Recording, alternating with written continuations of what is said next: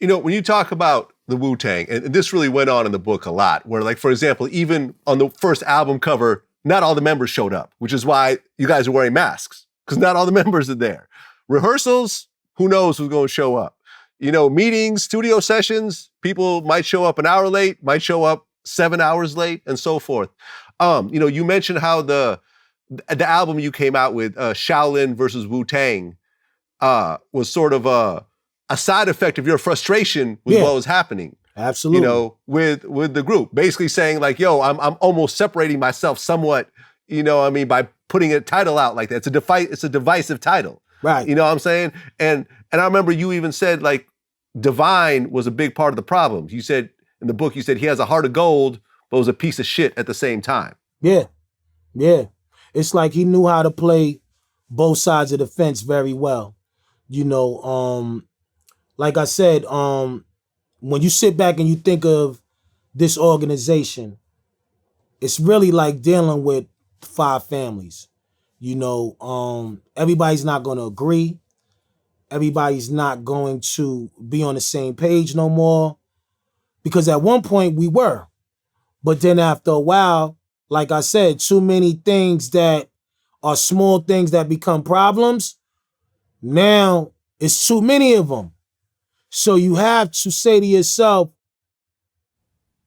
you got to take some kind of responsibility, but at the same time, you got to go where the problem is at too.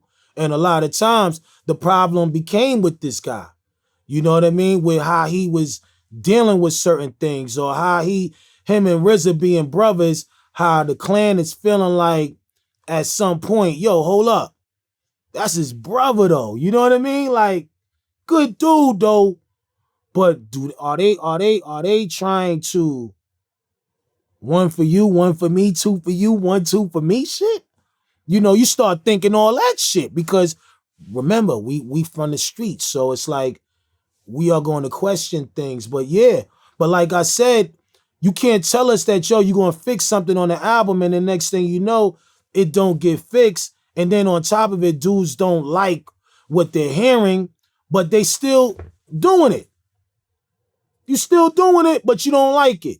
So in a way for them, I guess they felt like it's not that bad because you're still doing it. But in all reality, we going off of, yo, you gonna fix it like you said, right? You gonna hold your word. And that album, we was fucking pissed with it. A lot of us, majority of us was like, yo, the shit is an ugly baby right here, B. Like, yo, it's an ugly baby, my nigga. But yo, that's our baby. We love him to death, but that's an ugly one, But yeah, man, you know what I mean? It just got to the point where I was, me being the chef, being vocal, wanting to sprinkle as much as I could sprinkle to help facilitate the whole family. Because I don't know, I guess I'm a real team player, my nigga. So that's how I felt. I always want all of us to win and shine together. But I'm telling Raw, like, yo, look at your men. You know what I mean? They ain't feeling good. Me and him would have a lot of arguments behind this, and to the point where I become a threat. I become that John Gotti figure talking to Paul now and really not really liking Paul, but I still respect Paul. You get where I'm going with it? Yeah. Rest in peace, Gotti and Paul. You know what I mean? Whatever it is what it is. But all I'm just trying to make a point to you that me and RZA had a lot of turbulence because I was speaking for the family, but the family wasn't really letting RZA know what they felt. So it just got me to the point where it's like we can't come out with another album that ain't gonna hit because it don't have our sound. So guess what? I'm gonna go do one on my own. Cause I was in my bag at that time. I was feeling a little, not appreciated as an acting member of this family when it came to being creative musically. I didn't feel like I was being respected as a boss. So I decided to make one on my own.